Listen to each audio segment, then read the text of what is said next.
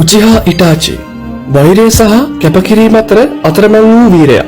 නරුටෝ ලෝකේ චරිත ගැන කතා කරන විට මගහැරිය නොහැකි නමක් තමයි ඉටාචි උචිහා කියන්නේ. මුලින් දුෂ්ටයෙක් විදිහට පෙනුනත් කාලයත් එක්ක එයාගේ චරිතයේ තියෙන ගැඹුරත් එයා කරපු කැපකිරීම වල ඇති වටිනාකමත් අපිට හොඳින්ම තේරුම් යනවා. ඉටාචි කියන්නේ උචිහා ක්ලෑන් එකේ ඉපදුන දක්ෂතම ශිනෝබි කෙනෙක්. පොඩි කාලේ අසාමාන්‍ය හැකියාවන් පෙන්නපු ඉටාචි සාමය සහ යුක්තිය වෙනුවෙන් හැම වෙලේම පෙනී සිටියා. නමුත් අඩු වයසින්ම මේ ලෝකේ තියෙන දරුණු යථාර්ථයට එයාට මුහුණ දෙන්න සිද්ධ වෙනවා. කොනෝහා විලේජ් එකේ උචිහා ක්ලෑන් එක සහ අනිත් අය අතර තිබෙන වෛරී සම්බන්ධතාවය නිසා උචිහා ක්ලෑන් එක කැරැල්ලක් කරන්න ලෑස්ති වෙනවා.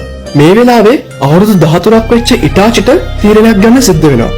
එක් පැත්තකින් එයාගේම ක්ලෑන් එක, අනිත් පැත්තෙන් එයා ආදරය කරන විලේජ් එක. මේ අසීරු තීරණයේ ප්‍රතිඵලයක් විදියට ඉටාචි තමන්ගේ මුළු ක්ලෑන් එකම සමූල ඝාතනය කරනවා. ඒ එකම එක කෙනෙක් හැර එයාගේ ආදරණීය සහෝදරයා සස්කේ.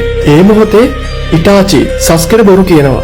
තමන් බලය හොයන නපුරු කෙනෙක් විදිහට මවා පානවා. ඉටාචි ගැන වෛරය වැඩි කරන්න ඉටාචි විසින් අවුරුදු 7ක් වුණ තමන්ගේ සහෝදරයාට තමන්ගේ අම්මයි තාත්තයි ඝාතනය වෙන විදිය ගෙන්ජුත්සුවක් මගින් 5,18,400 වතාවක් පෙන්වනවා. එම මොහොතේ ඉටාචි සස්කේට කියනවා කවදා හරි මාව මරන්න මට වෛර කරන්න කියලා. ඒත් ඇත්තටම එයාට අවශ්‍ය වුණේ සස්කේ කවදා හරි ශක්තිමත් වෙලා දවසක එයාගෙන් පලි ගන්න එක.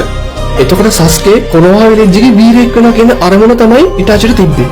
ඊට පස්සේ ඉටාචි අකාත්සුකි කියන සංවිධානයට එකතු වෙනවා. එතනත් එයා ද්විත්ව ජීවිතයක් ගත කරනවා. ඇත්තටම එයා කරන්නේ ගමට තියෙන තර්ජන ගැන හොයලා බලන එක. අන්තිමේදී සස්කේ ඉටාචිව හොයාගෙන ඇවිත් එයා එක සටන් කරනවා. ඒ සටනේදී ඉටාචි පරාද වෙනවා. ඒකත් එයාගේ සැලසුමේ කොටසක්. ඉටාචි ඒ මොහොතේ තමන්ගේ දරුණු අසනීපයක් සංගවගෙන ඉන්නවා. සටනින් පස්සේ සස්කේට ඇත්ත දැනගන්න ලැබෙනවා. එයාගේ සහෝදරයා කරපු කැපකිරීම ගැන දැනගත්තම සස්කේ පුදුම වෙනවා වගේම දුක් වෙනවා. ඉටාචි කියන්නේ නිකන් නපුරු චරිතයක් නෙමෙයි.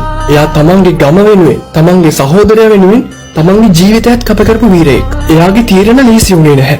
ඒත් එයා හිතුවේ හැමෝගෙම යහපත ගැන. ඉටාචිගේ කතාව අපිට උගන්වනවා සමහර වෙලාවට හරි දේ කරන්න අමාරු තීරණ ගන්න සිද්ධ වෙනවා කියලා. ඔයා මොකද හිතන්නේ ඉටාචි ගැන? එයා වීරයෙක්ද දුෂ්ටයෙක්ද? ඔයාගේ අදහසත් කමෙන්ට් කරගෙන යන ගමන් ලයික් එකක් දාගෙන යන්න අමතක කරන්න එපා.